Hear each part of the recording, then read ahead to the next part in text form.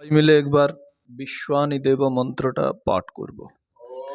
ওম বিশ্বানি দেব সবিতর্দুরিতানি পরাসুবা যদ্ভদ্রং আসুবা। প্রিয় ব্রহ্মচারী, আমাদের গুরুজি, আমাদের সমাজে একটি মান্যতা রয়েছে, বলা হয় কি, তোমার কর্ম তুমি করো মা, লোকে বলে করি আমি, সকলই তোমারই ইচ্ছা, ইচ্ছাময়ী তারা তুমি। ঈশ্বরের ইচ্ছায় এ সব কিছু হচ্ছে, আমরা কোনো কিছু করছি না। এ যত কাজ করছি, পড়াশোনা করছি, অপকর্ম, চোর চুরি করছে, দুষ্ট ব্যক্তি দুষ্টতা করছে, সব কিছুর মূলে রয়েছে নাকি ঈশ্বর। করতে হো তুম কনৈয়া, মেরা নাম হো রাহা হ্যায়। হিন্দিতে গান আছে, বলা হয় কানাইয়া নাকি সব কিছু করাচ্ছে, আমরা কিছু করছি না, নাম আমাদের হয়ে যাচ্ছে। কিন্তু বাস্তবে কি ঈশ্বর করাচ্ছেন, না আমরা করছি? প্রশ্ন উঠে। এটা একটা বড় সিদ্ধান্তের ব্যাপার। এই সিদ্ধান্ত নিয়ে কিন্তু পৌরাণিক সম্প্রদায়গুলোর মধ্যে কোথাও কোনো চর্চা হয় না। তারা বলে কি সব কিছু ঈশ্বর করাচ্ছে, এ যা কিছু আছে সব পূর্ব নির্ধারিত, আগে থেকে নাকি নির্ধারিত হয়ে আছে, আর এগুলো হয়ে যাচ্ছে। আগে থেকে নাটক লেখা হয়ে গেছে, আমরা তো কেবল নাট্যমঞ্চে নাটক করছি, অভিনয় করছি। আমরা প্রত্যেকে এক একজন অভিনেতা, এই ধরনের মান্যতা রয়েছে আমাদের এই সমাজে। কিন্তু বাস্তবে কি আমরা অভিনয় করছি? এ সমস্ত কি আগে থেকে লেখা হয়েছিল? আমাদের মধ্যে প্রশ্ন উঠে। এর উত্তর কেবল একজন বৈদিক বিদ্বানই দিতে পারে। মহর্ষি দয়ানন্দ সরস্বতী সত্যার্থ প্রকাশে এক জায়গায় লিখেছেন কি, জীব কর্ম করতে স্বতন্ত্র, ফল ভোগতে পরতন্ত্র। আমরা যে সমস্ত কর্ম করছি সেগুলো কিন্তু আমরা নিজেরা প্রেরিত হয়ে করছি, এখানে কোনো ঈশ্বরের হাত নেই। হ্যাঁ, ঈশ্বর আপনাকে সংসাধন দিয়েছে ঠিকই। যেমন কোনো ব্যক্তি আপনাকে মোটর বাইক দিল, আপনি সেই মোটর বাইকটা নিয়ে ঈশ্বালয়েও যেতে পারেন, মদ যেখানে খাওয়া হয় সেখানেও যেতে পারেন, আর ওই মোটর বাইকটা নিয়ে আপনি ধর্মশালাও যেতে পারেন। এর জন্য আপনি স্বাধীন। এই স্বাধীনতা দিয়ে রেখেছেন ঈশ্বর। আপনাকে শরীর দেওয়া হয়েছে, এই শরীরটাকে মদ খেয়ে নষ্ট করে দিতে পারো, লিভারটা ড্যামেজ করে দিতে পারো, কাউকে তুমি হত্যাও করে দিতে পারো। তার জন্য কিন্তু ঈশ্বর দায়ী নয়, তুমিই দায়ী, তুমি ওগুলো করছো। তাহলে ঈশ্বরের ভূমিকা কি, তুমি হয়তো প্রশ্ন করবে। ঈশ্বরের ভূমিকা এইটুকুই, যখন আমরা কোনো ভালো কর্ম করি তো ভেতর থেকে প্রেরণা, উৎসাহ, আনন্দ অনুভব করি। আর যখন আমরা কোনো খারাপ কর্ম করি, ভয়, শঙ্কা, লজ্জা উৎপন্ন হয়। হয় কি হয় না? ভেতর থেকে হয়।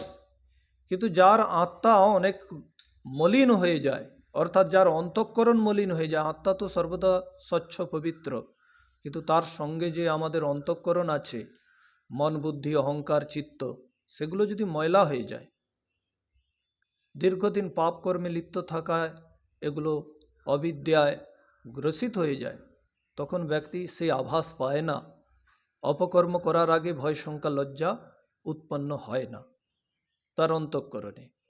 তাহলে বোঝা গেল কি, জীব কর্ম করতে স্বাধীন, স্বতন্ত্র, ফল ভুগতে কিন্তু পরাধীন বা পরতন্ত্র। যদি আমরা ভুলও করতে পারি, ঠিকও করতে পারি, আমরা যদি কর্ম করতে স্বাধীন, তাহলে ঈশ্বর ত্রিকালদর্শী কী করে হলো? এটা প্রশ্ন করে। এটা ইস্কন সম্প্রদায়, গৌড়ীয় সম্প্রদায়, এই যতগুলো সাম্প্রদায়িক মান্যতা আছে তাদের এই মান্যতা, যে ঈশ্বর যদি আগে থেকে নিশ্চয় না করে রাখে, তাহলে ঈশ্বর ত্রিকালদর্শী কী করে হলো? বর্তমান, ভূত, ভবিষ্যৎ সম্বন্ধে জানলো কি করে? তার মানে সে ত্রিকালদর্শী নয়। বর্তমানটাই জানতে পারে, ভূতকালটাই জানতে পারে, ভবিষ্যৎটা জানতে পারেন না, এরকম আক্ষেপ করে, প্রশ্ন করে। দেখুন, এর উত্তর আছে।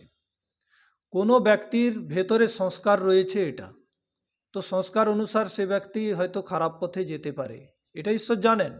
সংস্কার অনুসার সে সঞ্চালিত হতে পারে, আর ঈশ্বর এটাও জানে যে সে ব্যক্তি যদি ভালো সঙ্গ পেয়ে যায়, হঠাৎ কোনো সে তীব্র সংকল্প নিয়ে নেয়, দৃঢ় সংকল্প নিয়ে নেয়, হঠাৎ করে তার জীবনের পরিবর্তনও নিয়ে আসতে পারে, এটাও জানে ঈশ্বর। এই জন্য তাকে ত্রিকালদর্শী বলা হয়। অর্থাৎ জীব কি করতে পারে কি না করতে পারে সেটা ঈশ্বর ভালোভাবেই জানে। এটাও পারে, এটাও পারে। এখনই এ একটা ব্যক্তিকে হত্যাও করতে পারে, এ এতগুলো ব্যক্তির প্রাণও বাঁচাতে পারে, এটা ঈশ্বর ভালোভাবেই জানে। এই জন্য তাকে ত্রিকালদর্শী বলা হয়। কিন্তু এটা নয় যে এ অন্য ব্যক্তিকে হত্যাই করবে, এটা আগে থেকে ঈশ্বর জানতো, এটা কখনো হতে পারে না। তাহলে কিন্তু জীব কর্ম করতে স্বাধীন হবে না, সে পরাধীন হয়ে যাবে। ঈশ্বর যা কিছু নির্ধারণ করে দিয়েছে সে তা করছে, তাহলে আমরা অপরাধী হতে পারবো না। আমরা যে ভুল করছি এর মূলে কে? এ তো ঈশ্বর। ঈশ্বর করাচ্ছেন আমাদেরকে। যদি এটা হয় কি নাটক আগে থেকে ঈশ্বর লিখে রেখেছেন আর আমরা নাট্য মঞ্চে উঠে নাটক করে যাচ্ছি, তাহলে যদি চোর চুরি করে, কোনো ব্যক্তি ডাকাতি করে, কোনো ব্যক্তি ধর্ষণ করে, কোনো ব্যক্তি অন্যকে হত্যা করে, তার জন্য অপরাধী কে হবে? ঈশ্বর হবে না? ঈশ্বর হবে, কারণ ঈশ্বর তো করাচ্ছে, আমরা তো করে যাচ্ছি, ঈশ্বর কিন্তু করাচ্ছে। তাহলে অপরাধী কে হওয়ার কথা? ঈশ্বর হওয়ার কথা। আচ্ছা, আমরা তলোয়ার দিয়ে কাউকে যদি বধ করি, কোনো ব্যক্তি তলোয়ার দিয়ে কাউকে হত্যা করে দিল, তো তাতে কি অপরাধী তলোয়ার হয় না ব্যক্তি হয়? পুলিশ কাকে ধরবে? ব্যক্তিকেই ধরবে। তার মানে যদি ঈশ্বর আমাদেরকে দিয়ে করায়, আমাদের কোনো স্বাধীনতা নেই, আমরা তো পরাধীন, তাহলে কিন্তু সেই মালিক ঈশ্বরকেই ধরবে। ধরো কোনো একজন ব্যক্তি কর্মচারী, হ্যাঁ, কোনো একটি কোম্পানির আন্ডারে কাজ করে, তো কোম্পানি থেকে আদেশ আছে কি তুমি ঘোটালা করো, দুর্নীতি করো। তো সেই দুর্নীতিবাজ সেই ব্যক্তি, এখন সে দুর্নীতি করেছে, তো কোম্পানিকে ধরবে না ধরবে না? ধরবে। কি এটা তোমার কোম্পানি থেকে দুর্নীতি হয়েছে, তাকে ধরবে। কর্মচারীকে মানে যাচ পড়তাল করার জন্য ধরবে ঠিকই, কিন্তু শেষ পর্যন্ত তো কোম্পানিকেই ধরবে। ঠিক তেমনি ঈশ্বর অপরাধী হবে।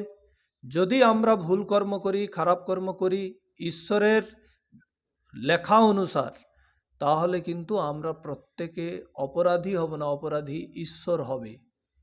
কারণ আমাদের কোনো স্বাধীনতা নাই, আমরা পরাধীন, আমরা কোনো কিছু করতে স্বাধীন নয়। সব কিছু ঈশ্বর করাচ্ছে, আগে থেকে লিখে রেখেছে, আমরা করে যাচ্ছি, নাটক করে যাচ্ছি। এ তো রঙ্গমঞ্চ, নাট্যমঞ্চ, এখানে তো কেবল আমরা নাটক করছি, সব কিছু করাচ্ছেন ঈশ্বর। তাহলে অপরাধীটা কে হবে? আমরা হব না, ঈশ্বর হয়ে যাবে। কিন্তু ঈশ্বর কি অপরাধী হন? ঈশ্বর কি অপরাধী হন?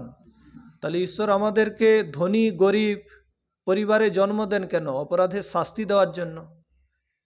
কাউকে বৃক্ষজনিতে পাঠিয়ে দিল, কাউকে কীটপতঙ্গের জনিতে পাঠিয়ে দিল, কেন?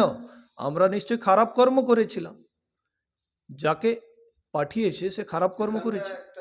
এরকম কথা বলে না এখানে আমাদের একটা, বলে এর এতদিন আয়ু ছিল, আর কি করবে, আপনি বাঁচালে বাঁচাতে পারবেন। আসলে তা না। কোনো ব্যক্তি যদি ব্রহ্মচর্যের নিয়মগুলোকে পালন করে, জীবনের নিয়মগুলোকে যদি ঠিকভাবে মেনে চলে, তাহলে তার 100 বছর কেন 400 বছর পর্যন্ত আয়ু হতে পারে।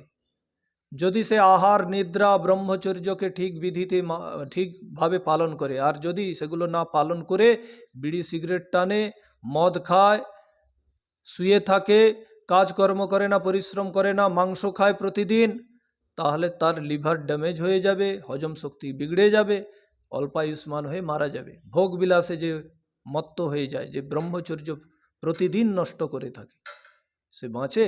বেশি দিন বাঁচে না, রুগ্ন হয়ে তাড়াতাড়ি মারা যায়। এটাই তো মহর্ষি মনু বলেছেন। কি বলছে? দুরাচারো হি পুরুষো লোকে ভবতি নিন্দিত দুঃখভাগী চ সততম ব্যাধি তল্পায়ুরেব চ। দুরাচারী পুরুষের কি অবস্থা হয়? দুরাচারো হি পুরুষো লোকে ভবতি নিন্দিত। যে দুরাচারী, যে কাম বাসনাকে তৈরি করে, উত্তেজনাকে তৈরি করে শরীর থেকে বীর্য বের করে দেয়, ধাতুকে বের করে দেয়, সে কি রোগের রোগাক্রান্ত হয়? সে বলছে প্রমেহ রোগে রোগাক্রান্ত হয়। প্রায় 50টা রোগের নাম উল্লেখ আছে। তার চোখে ব্যথা হবে, ভেতর থেকে চোখ টানবে, হ্যাঁ, কানে শ্রবণ শক্তি লুপ্ত হয়ে যাবে, দৃষ্টিশক্তি চোখে লোপ পেয়ে যাবে, গাঁঠে গাঁঠে ব্যথা হবে, কটকট শব্দ হবে উঠার সময়। এগুলো সমস্ত ব্রহ্মচর্য নাশের কারণে হয়। তাহলে কোনো ব্যক্তি ব্রহ্মচর্যকে নাশ করলোই স্বেচ্ছায় আর মৃত্যুবরণ করলো, তার জন্য ঈশ্বর দায়ী? ঈশ্বর তাকে তো 100 বছর দিয়ে রেখেছে। কারণ আমরা যখন বেদমন্ত্র পড়ি তাতে বলা হয়েছে জীবে মো শরদ শতম, তুমি 100টি শরৎ ঋতু পর্যন্ত বাঁচো, মানে 100 বছর বাঁচো। প্রত্যেককে বলছে। যে ব্যক্তি 60 বছরে মারা যাচ্ছে তাকেও বলেছে। এটা শুধু আমার জন্য নয়, যে ব্যক্তি 40 বছরে মারা গেছে তারও জন্য কিন্তু বলা হয়েছে। প্রত্যেক মনুষ্য মাত্রের জন্য 100 বছরের আয়ু, যদি সে ঠিকভাবে এই যন্ত্রটাকে সঞ্চালন করে, স্বাস্থ্যের নিয়মগুলোকে পালন করে, তাহলে সে 100 বছর পর্যন্ত বাঁচতে পারে। তাহলে সে যদি অল্পায়ু হয়ে মারা যায়, তার জন্য ঈশ্বর দায়ী? এটা হতে পারে? নিজেই দায়ী। একটা কথা তোমাদেরকে জানিয়ে দেই, এই যে কর্ম ব্যবস্থা, উপদেশ, গীতায় উপদেশ দিয়েছে শ্রীকৃষ্ণ ভগবান, তুমি এইভাবে কর্ম করো, তুমি সত্যগুণ ধারণ করো, রজগুণে যাও না, তমগুণে যাও না। বেদের মধ্যে উপদেশ দিয়েছে কি তুমি এইভাবে কর্ম করো, হ্যাঁ, ঈশাবাস্যম ইদম সর্বম ইয়াৎকিঞ্চ তেন ত্যক্তেন ভুঞ্জিতা, তুমি ত্যাগপূর্বক কর্ম করো। কুর্বন্নেবেহ কর্মাণি জিজীবিষেৎ, তুমি বাঁচার চেষ্টা করো, কর্ম করেই বাঁচো। তাহলে এই উপদেশগুলো তো ব্যর্থ হয়ে যাবে। ভাই আমি কর্ম কেন করব? কর্ম করার দরকারটা কি? যখন আপনি আগে থেকেই নিশ্চয় করে দিয়েছেন, আগে থেকেই নাটক লিখে ফেলেছেন, আমি তো শুধু অভিনয় করব, আমি নাটকের বাইরে তো কোনো কিছু করতে পারি না, তাহলে আপনি আবার উপদেশ কেন করছেন? তাহলে উপদেশগুলো সব ব্যর্থ হয়ে যাবে। এই বেদের উপদেশ ব্যর্থ হয়ে যাবে, গীতার উপদেশ ব্যর্থ হয়ে যাবে, যত ধর্ম গ্রন্থের উপদেশগুলো সব ব্যর্থ হবে। কারণ আমরা তো কোনো নিজেকে বদলাতে পারবো না, যা কিছু লেখা হয়ে গেছে সেই অনুসারেই করব, কিছু বদলাতে পারবো না, নিজেকে পরিবর্তন করতে পারবো না। তাহলে আপনার উপদেশগুলো তো ব্যর্থ, শুনে লাভ কি আমার? উপদেশগুলো এই জন্যই দেওয়া হয়েছে। উপদেশ দেওয়াটা তখনই সার্থক হবে যখন আমরা কর্ম করতে স্বাধীন হব। আর এটাই বৈদিক মান্যতা, যে কর্ম করতে আমরা স্বাধীন। কোরআনের মান্যতা আলাদা, কোরআন বলে কি সব আল্লাহ করাচ্ছে, হ্যাঁ, ঠিক যেমন পুরাণের মান্যতা ঠিক তেমনি কোরআনের মান্যতা, বাইবেলেরও মান্যতা, সব কিছু গড করাচ্ছে, আমরা কোনো কিছু করছি না। আরে কোনো ব্যক্তি চুরি করলো, দুষ্কর্ম করলো, অপকর্ম করলো, তার জন্য ঈশ্বর দায়ী? ঈশ্বর করাচ্ছে? এটা হতে পারে? সেটা তার নিজস্ব। আমরা যখন খারাপ কর্ম করি সেটা আমাদেরই, আর ভালো কর্ম সেটা ঈশ্বরের, কারণ তিনি প্রেরণা দিয়েছেন, প্রেরণা দিয়ে আমাকে করাচ্ছে, আমি করছি। তার জন্য কিন্তু আপনিই করছেন, কর্তা কিন্তু আপনি। কর্তা কাকে বলে? স্বতন্ত্র কর্তা, ব্যাকরণ শাস্ত্রে আছে স্বতন্ত্র। ইহ কর্তুম অকর্তুম অন্যথা কর্তুম স্বতন্ত্র সকর্তা। যে ব্যক্তি করতে পারে, নাও করতে পারে, হ্যাঁ, অন্যভাবেও করতে পারে, তাকেই তো কর্তা বলা হয়। তাহলে কর্তাই তো ভোক্তা হয়। আমরা তাহলে কর্মফল ভোগ করতে এসেছি কেন? হ্যাঁ, ভোগাপবর্গার্থম দৃশ্যম, এই যে সাংখ্য দর্শনকার মহর্ষি কপিল সূত্র লিখেছে কি এ ভোগ আর অপবর্গের জন্য এ গোটা দৃশ্য জগতে শরীর। তাহলে আমরা শরীরটা ধারণ করলাম কেন? নিশ্চয় ভোগের জন্য। ভোগের জন্য যদি ধারণ করে থাকি, নিশ্চয় কর্ম করে রেখেছি। আমি কর্মের কর্তা, কর্তা না হলে ভোক্তা কেন হব? এর দ্বারা বোঝা যাচ্ছে তার মানে তোমার কর্ম তুমি করো মা লোকে বলে করি আমি, একটা ডাহা অসত্য সিদ্ধান্ত, একটা মিথ্যা সিদ্ধান্ত ছড়ানো হচ্ছে। মাইকে যে সমস্ত গানগুলো বাজানো হয়, এই গানগুলো আদৌ সত্য সিদ্ধান্ত বলে না, এগুলো সিদ্ধান্তমূলক নয়, এগুলো বেদ বিরোধী। আর এখানে যে বলে কি করতে হো তুম কানাইয়া মেরা নাম হো রাহা হ্যায়, কানাইয়া সব কিছু করাচ্ছে, আমার নাম হয়ে যাচ্ছে, এগুলো সব অসত্য সিদ্ধান্ত। ঈশ্বর শুধু এইটুকুই জানে আমাদের সংস্কার এটা আছে, আমরা এই পথে যেতে পারি, এখান থেকে অন্যদিকেও যেতে পারি, এটাই ঈশ্বর জানে। কিন্তু আমি এটাই যে করব এটা ঈশ্বর জানে না। ঈশ্বর এটাই জানে কি আমার মধ্যে সংস্কার, জন্ম জন্মান্তরের সংস্কার ভর্তি রয়েছে। আমি একটা খারাপ রাস্তায় যেতে পারি, ভালো রাস্তায়ও যেতে পারি, আমি মদও খেতে পারি, আমি দুধও খেতে পারি, হ্যাঁ, আমি বেশ্যাবৃত্তিও করতে পারি, আমি চরিত্রবানও হতে পারি। এটা জানে ঈশ্বর যে এর মধ্যে এই গতি হতে পারে, এ ধাক্কা খেয়ে খেয়ে আবার সে মুক্তির পথে আসবে, এটা জানেন ঈশ্বর। কিন্তু ঈশ্বর এটা জানে না যে এ চোরই হবে, ডাকাতি হবে, বদমাশি হবে, জীব কি করবে সেটা কিন্তু ঈশ্বর জানেন না। যদি জানে তাহলে তো জীব পরাধীন হয়ে যাবে। স্বাধীন আছি বলেই এই শিক্ষাগুলো দেয়। যদি আমরা পরাধীন হতাম তাহলে কিন্তু এই শিক্ষাগুলো দেওয়া কোনো দরকার ছিল না, কারণ আমরা তো নিজে নিজেকে বদলাতেই পারতাম না, যা লেখা আছে সেই অনুযায়ী আমাদের চলতে হতো। আমরা তো পরাধীন, কি করতে পারি? নিজেকে পরিবর্তনও করতে পারবো না। সব কিছু ঈশ্বর লিখে রেখেছে, সেই অনুসারে আমাকে চলতে হয়। তো তার মানে এটা একটা বড় সিদ্ধান্ত ঈশ্বর করাচ্ছে না, করছি আমরা। কে করছে? আমরাই করছি। তো আমরা যদি ভালো কর্ম করি, ভালো জায়গায় যাব, ঈশ্বর তখন আমাদেরকে ভালো ব্যবস্থা দেবে। আর যদি খারাপ কর্ম করি, খারাপ ব্যবস্থা দেবে। যে আম গাছ লাগাবে আমের ফল পাবে, বাবলা গাছ লাগালে বাবলা কাঁটা পাবে। তো বুড়ো বয়সে একজন ব্যক্তি আম গাছ লাগাচ্ছে, তার নাতি জিজ্ঞেস করছে, দাদু আপনি তো আমের ফল পাবেন না, লাগিয়ে যাচ্ছেন কেন? বলে, আমি এই জন্য লাগাচ্ছি না যে আমি ফল খাবো, আমি এই জন্য লাগাচ্ছি যাতে তোমরা ফল খেতে পারো, কারণ আমার দাদু লাগিয়ে গিয়েছিল, তার ফলেই তো আমি ফল খেয়েছি। আমি নিজে লাগাইনি যে ফলগুলো খেয়েছিলাম এতদিন। তো আমি এই জন্য লাগাচ্ছি যাতে পরের জন্মে আমি আম বাগানে জন্ম নিয়ে নিতে পারি। তখন লাগাতে হবে না, আমের বাগানে যখন জন্ম নিয়ে নেব, পাকা আম পড়বে আর আমি খেতে পাবো, তাই না? তো এই জন্য আমাদেরকে কাজ করতে হবে। আমরা ভালো জায়গায় জন্ম পাবো বলে আমরা এই কর্ম করে যাচ্ছি, ভালো কর্ম করে যাচ্ছি, বা মুক্ত হয়ে যাব, সম্পূর্ণ দুঃখ থেকে মুক্ত হয়ে যাব, এই জন্যই আমরা কর্ম করে যাচ্ছি। অস্তু, আজকে এইটুকুই।